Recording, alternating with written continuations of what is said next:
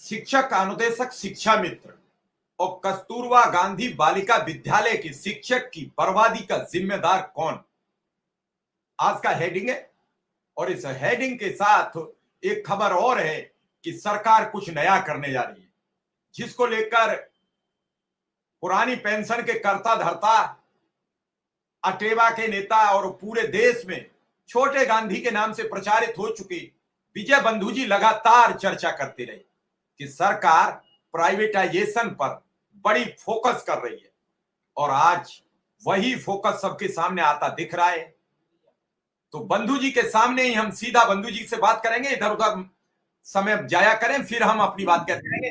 बंधु जी का स्वागत है, अभिनंदन है, बहुत बहुत धन्यवाद।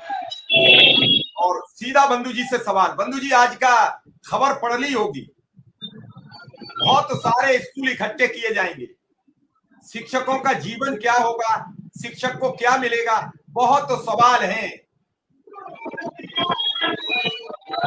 बहुत बहुत धन्यवाद आपका। देखिए, आपका जो प्रयास रहा, फटाफट खोले यार, पहले हम गाड़ी पर क्यों नहीं पहुंच पाए।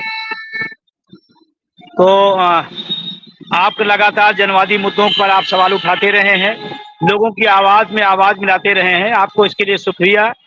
और जो बुनियादी सवाल हैं आज भी जहां के तहां हैं। आज भी सरकार अपनी सरकार के रूप में चल रही है, उसको जनता की समस्याओं से कोई लेना देना नहीं है। खास करके जिस तरह बजट पर सरकार ने अपना रुख दिखाया है, उससे क्लियर हो गया है कि सरकार का जनवादी मुद्दों से या शिक्षकों कर्मचारियों के सवाल से उसका कोई लेना देना नहीं है। वो बस अपने हित से जो भी बात समझ में आ रही वही कर रहे हैं। तो मेरा बस एक ही बात है, और अभी वित्त सचिव साहब का जो एक बयान चल रहा है, मैं तो बड़ा दुखी हुआ कि इतने पढ़े लिखे और इतने बड़े पदों बैठे हुए हैं, इस तरह का हल्का बयान, इस तरह से गैर जिम्मेदार बयान देंगे, ये नहीं समझ में आ रहा है। तो मुझे कहते दुख रहा है कि जब आप दूसरों को सलाह दें तो पहले आप उस पर अमल करें। पहले आप सलाह दीजिए। आप दो लाख के ऊपर आप वेतन लेंगे, वो भी जनता के टैक्स का पैसा है। आप आलीशान बंगला, गाड़ी घोड़ा, नौकर भत्ता सब लेंगे, तो आप जनता का सवाल नहीं खड़ा होता है। जब इस देश के अर्धसैनिक बलों को पुरानी पेंशन देने की बात की जाती है तो आपका आम जनता की याद आती है। तो ये सरकार ना आम जनता के लिए है ना कर्मचारियों के लिए, ये सरकार टोटल अपने निहित एजेंडों पे काम कर रही है। और मुझे कहते हुए दुख हो रहा है कि टीवी सोमनाथन साहब, जिनके नेतृत्व में कमेटी बनाई गई, कमेटी क्या बनाई गई, मैं पहले दिन से कमेटी को सवाल उठा रहा था, और अब तो उनके बयान से बहुत चीजें क्लियर हो गई। क्या अब जिस व्यक्ति के अंदर में कमेटी बनाई गई वो चेयरमैन है, उसने जांच करने के पहले ही रिजल्ट दे दिया, तो उस कमेटी से क्या उम्मीद। जो लोग कमेटी बना करके खूब खुश हो रहे थे, कमेटी में खूब बढ़िया नाश्ता पानी कर रहे थे बैठ करके, अब उस दिन के बाद बजट के बाद कोई बयान नहीं आ पाया।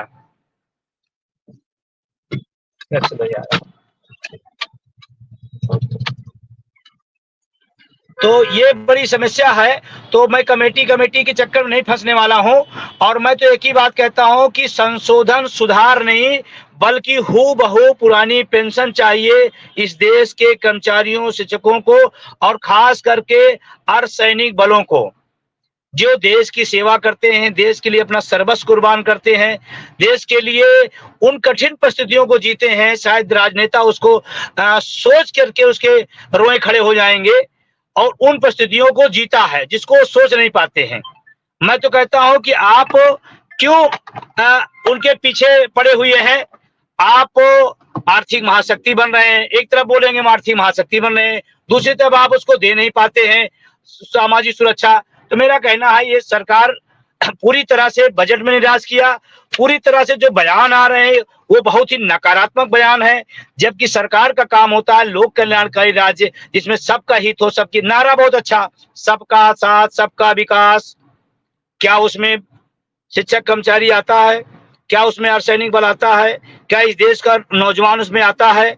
तो फिर किसका विकास और किसके बात के कही जाती है? ये तो नारा पूरी तरह से निरर्थक है और पूरी तरह झूठ के बुनियाद पे है। कहा कुछ जा रहा है, किया कुछ जा रहा है। अभी हमारा पैसा काट के उद्योगपतियों को दे रहे हैं आप। भाई उद्योगपतियों को काट के क्यों आप दे रहे हैं? आपका था, आप अपने पैसे को लुटाते, लेकिन मेरी गाड़ी कमाई का पैसा उद्योगपतियों का कोई राइट नहीं है आपको देने का। जी बंधु जी, एक और चर्चा बढ़ी है कि 29 तारीख के धरने का क्या हुआ। शिक्षा मित्र अनुदेशक तो बिल्कुल मरने की कगार पर है।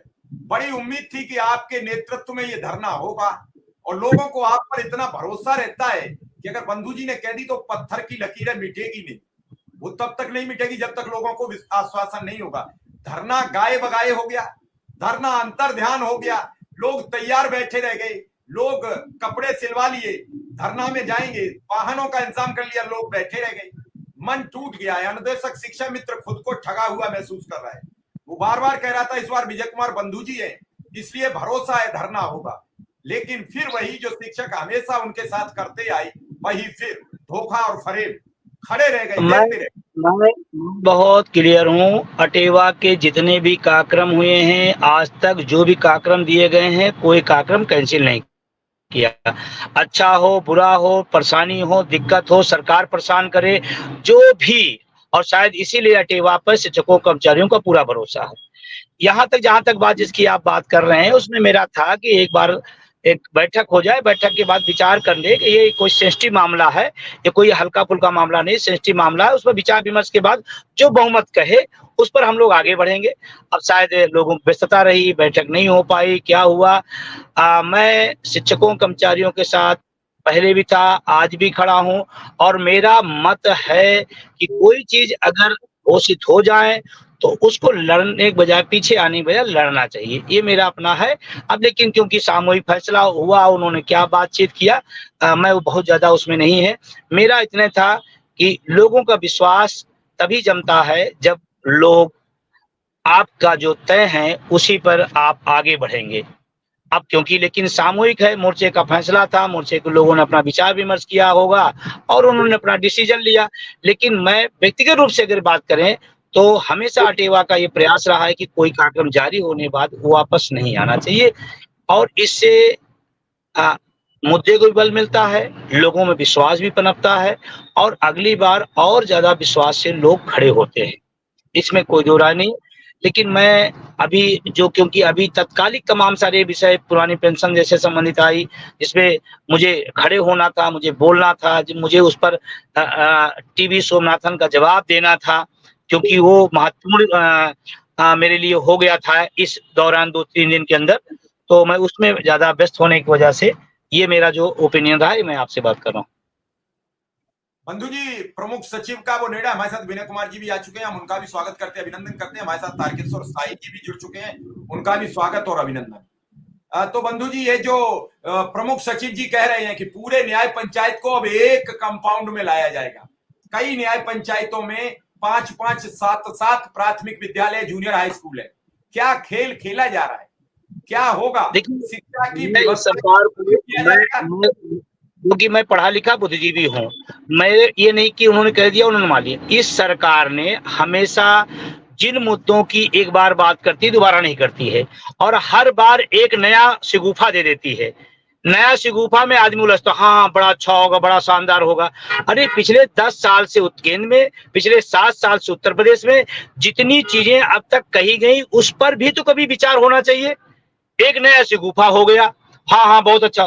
मैं बता रहा हूं, जब हम छोटे छोटे कैंपस को व्यवस्थित नहीं कर पाए तो आप बड़े कैंपस की बात कर रहे हैं, और आप व्यवहारिक कम है, आदर्श की बात ज्यादा हो रही है। मुझे इसमें जो समझ में आ रहा है, व्यवहारिक चीजें कम है, आदर्श की चीजें ज्यादा है। पब्लिक में जाएगा, उसकी चर्चा होगी, ब्रांडिंग होगी, और चर्चा होते होते फिर तक 6 महीना साल में बीतेगा, फिर एक नया शिगुफा लाके दे देना है। मैं कह रहा हूं, आप इस पर बड़ा जोर दे रहे हैं। हमारा ये नहीं है, जो सर्वे आ रहे हैं, जो बजट है, शिक्षा पर 7% की कटौती, शिक्षा पर आप मद घटाते जा रहे हैं। कटौती करते जा रहे हैं और आप रोल मॉडल बनाएंगे, फिर वो होगा, फिर ग्राम पंचायत लेवल पर उसमें एसी चलने लगेगी, फिर उसमें सीधे वो बुलेट ट्रेन आएगा, वो टीचरों को वहां तक प्राइमरी को उस तक ले जाएगा। ये गजब का तमाशा चलता रहता है। बजट आप कम करते जा रहे हो लगातार। अभी सरकार देखिए, शिक्षा का बजट, चिकित्सा का बजट कम होता रहा। क्यों भाई? हम तो कहते हैं शिक्षा का बजट बढ़ना चाहिए हर बार, चिकित्सा का बजट हर बार बढ़ना चाहिए, कोई भी सरकार हो। मैं इसी की बात नहीं कर रहा हूं। ये तो एक ऐसी नीडी चीजें हैं जिस पर आपको बढ़ाकर ही आप कवर कर ले, बड़ी बात है। घटा के आप कवर कर पाएंगे? बहुत बहुत। नमस्कार, आप सभी जितने भी शिक्षा मित्र, जितने भी अनुदेशक साथी हैं, आप सभी को लेकर एक बड़ी खबर सामने आ रही है। ये खबर आप सभी के लिए बहुत ही महत्वपूर्ण होने वाली है, इसलिए वीडियो को पूरा जरूर देखें और अगर वीडियो अच्छी लगे तो वीडियो को लाइक कर चैनल को सब्सक्राइब कर ले। आप सभी को पता होगा कि चुनाव से पहले यानी कि आचार संहिता लगने से पहले आप सभी के लिए कमेटी के द्वारा रिपोर्ट जारी करनी थी। आप सभी के लिए प्रस्ताव भी पारित करना था, जिसमें सरकार को ये बताना था कि वो आपके मानदेय में वृद्धि करेगी या फिर आप सभी का नियमितीकरण करेगी। फिलहाल उसके बाद आचार संहिता लग गई, लेकिन इसके बाद उम्मीद थी कि आचार संहिता की खत्म होते ही आप सभी के लिए सरकार के द्वारा कुछ न कुछ अच्छा काम किया जाएगा। अब आचार संहिता भी खत्म हो चुकी है। क्या आप सभी के लिए सरकार के द्वारा कोई फैसला लिया गया है या नहीं, जानेंगे इस वीडियो में, इसलिए वीडियो को पूरा जरूर देखिए।